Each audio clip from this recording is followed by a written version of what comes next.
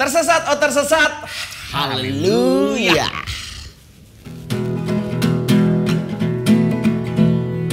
Kristen katanya, lain katanya, kalau cuma bicara gak akan ada dampaknya. Kristen katanya, lain katanya, jangan cuma wacana, harus ada buahnya. Dari jemaat biasa sampai yang STH, semua punya tugas dan mandat yang sama, menjadi saksi yang nyata bagi seluruh dunia sampai semua orang menjadi muridnya.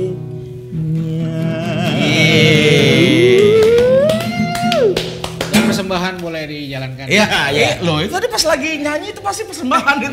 Ada QR dong. Oh iya, Kok begini? Ngomongnya di Emang Kristen lama gitu.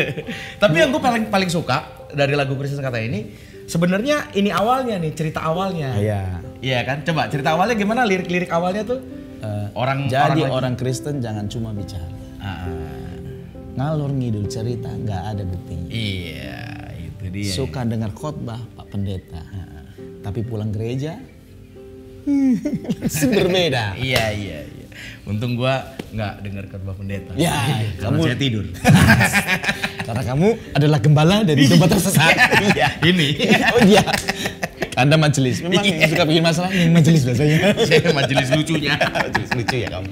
Oke, kita langsung jawab pertanyaan kalian. Yang pertama akan dibacakan oleh Loh enggak dong, beliau yang jawab. Oh iya, silakan. Dari Om Bubi Febian kalau ada yang nggak tahu siapa Bubi Febian, ini adalah penyanyi legendaris.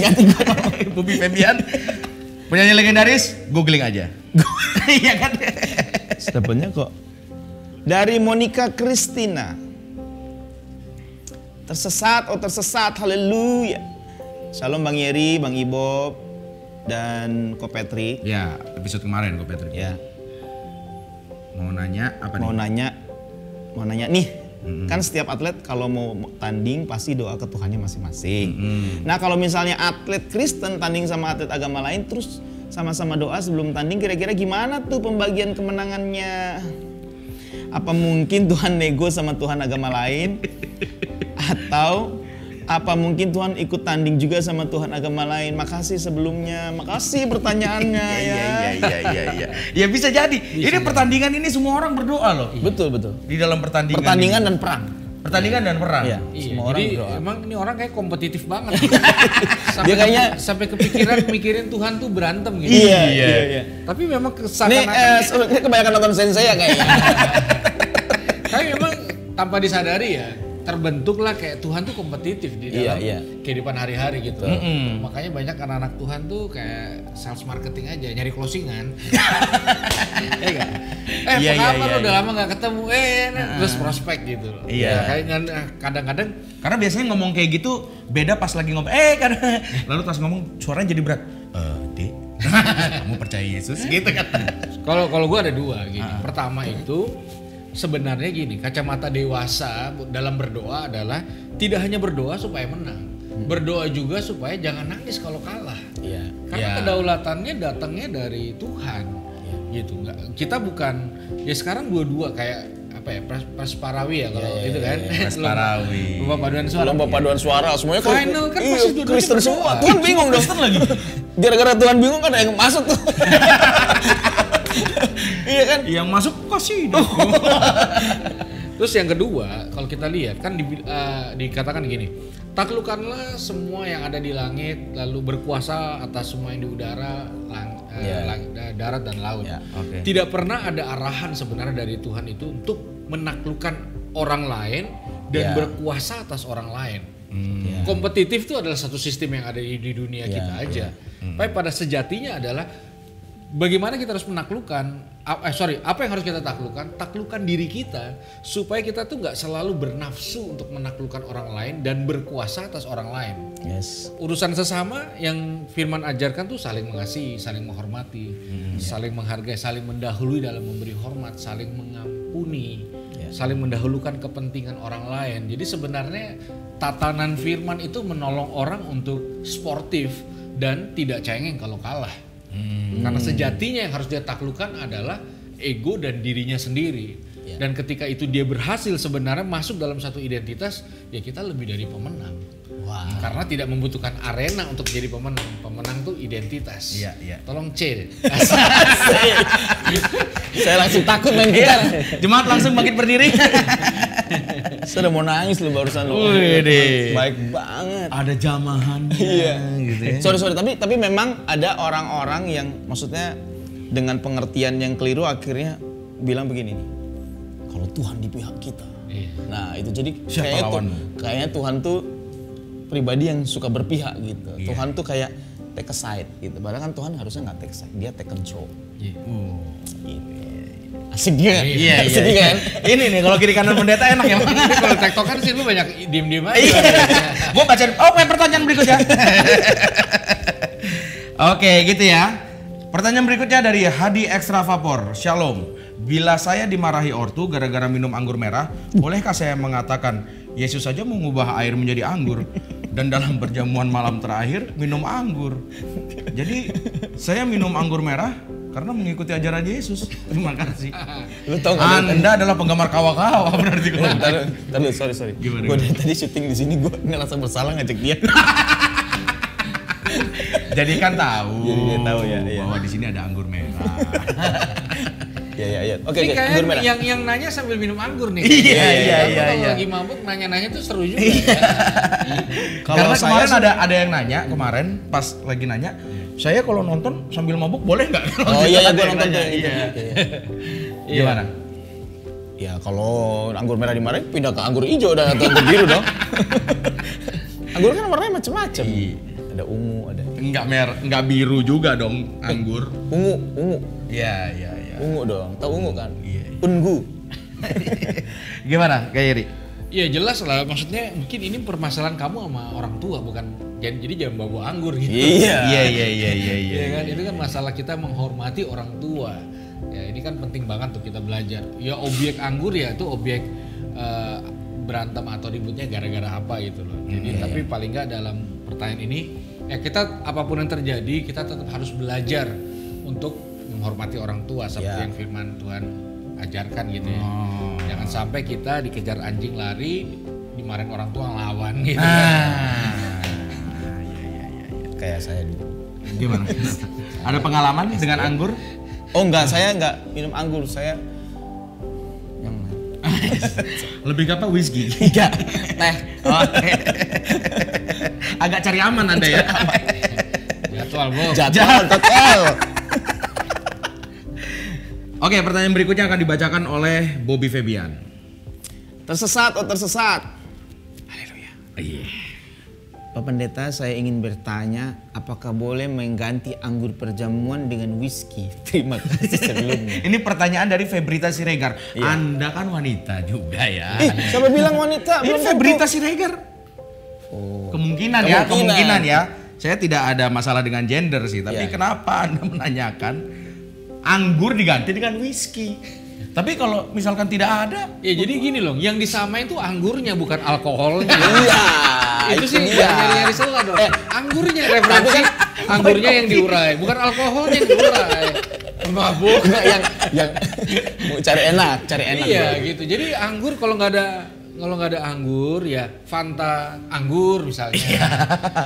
Minuman ringan anggur gitu. Jadi anggurnya yang dicari. Benang merah tuh anggurnya. Benang merahnya bukan alkoholnya. Lo kok dari 15 ke 42 gitu ya. Lo kok saya tahu juga ya. Lu 15 ya? Gue pikir 5 doang kayak bir. Ya kalau mau ditarik ke esensinya lagi, sebenarnya memang bukan masalah anggur. Ya memang kalau nggak ada anggur ya artinya kan gini, setiap kali kamu meminum kamu memperingati maksudnya akan Tuhan kan gitu kan ya, mengingat akan aku, ini adalah darahku yang tercurah. Ya kalau nggak ada anggur, ya kalau saya seringkali ya kalau misalkan ada apa online gitu ya lagi harus ini nggak ada, saya nggak punya anggur. Apalagi ibadah online sekarang nih ya. Ya udah saya pakai teh aja gitu. Kalau saya ya, gitu Bapak. Rasa anggur. Teh rasa anggur. Grip tea dong. Kenapa tetap anggur ya? Iya. Ya, kayak di gitu sih. Tokped juga ada sekarang. Ada ya? Iya. Iya. Jadi Kamu di sana. Sana. Kamu masuk frame. Nanti jadi nggak diajak lagi. jadi usahakan anggurnya ya, Anggur yang diurai. Anggurnya. Sekali lagi. bukan alkoholnya. Tapi kalau nggak ada? Ya udahlah, sikat aja. Tapi aneh, whisky ada, anggur nggak ada, aneh. Iya, kebetulan anggurnya kosong. Enggak, lagi nggak ada. Karena kan pakai perjamuan terus. Iya. Yang ini jarang. Udah habis. Iya. Iya. Aduh, oke, next. Dari Kevin Cornelius nih, satu lagi nih. Tersesat haleluya. Bang Yeri mau tanya dong bagaimana tampang Yesus yang sebenarnya, soalnya bingung. Di Cina mukanya kayak orang Cina, di Arab mukanya Tuhan Yesus kayak orang Arab. Tapi itu juga menjadi pertanyaan gue loh. Iya. Bener loh. Kan kalau misalkan kita ke gereja-gereja yang lama yang jadi museum-museum itu kan ada gambarnya kan. Emang di Cina tuh emang mukanya Yesus tuh kayak orang Cina. Tapi apakah Yesus gondrong dan kulit putih? Ya, jadi gini, sejatinya wajah Yesus tuh nggak bisa dilukiskan kecuali lewat kata-kata dan tingkah laku kita.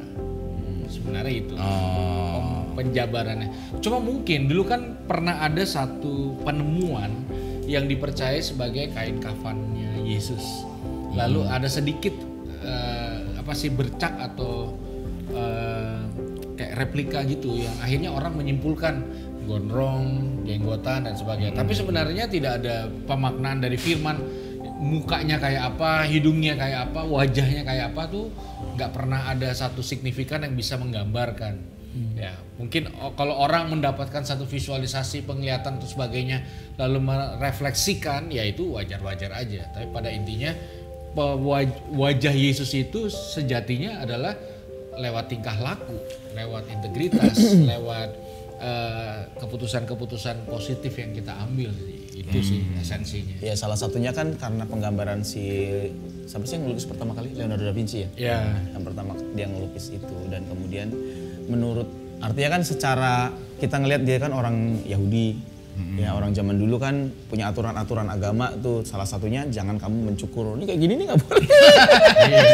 Nggak boleh. Ini bukan dicukur, lebih karang nggak tumbuh lagi. Beda tipis emang. Beda tipis. Nah, jadi itu kan berhubungan dengan, jadi mungkin digambarkan kayak begitu. Oke. Dan Anda juga yang masih remaja dan masih sekolah, jangan dengan alasan ingin seperti Yesus rambutnya bisa boleh gondrong.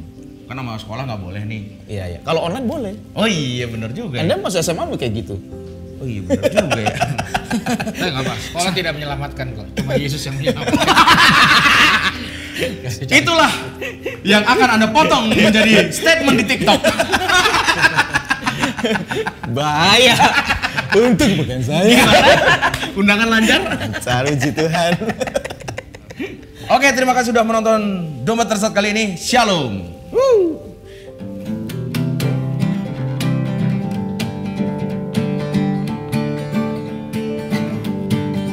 Tiap hari kamu pergi ke gereja, tapi mengapa hidupmu nggak berbeda? Iya. Tiap minggu kamu pergi ke gereja, tapi hati dan mulutmu nggak dijaga. Iya. Yeay!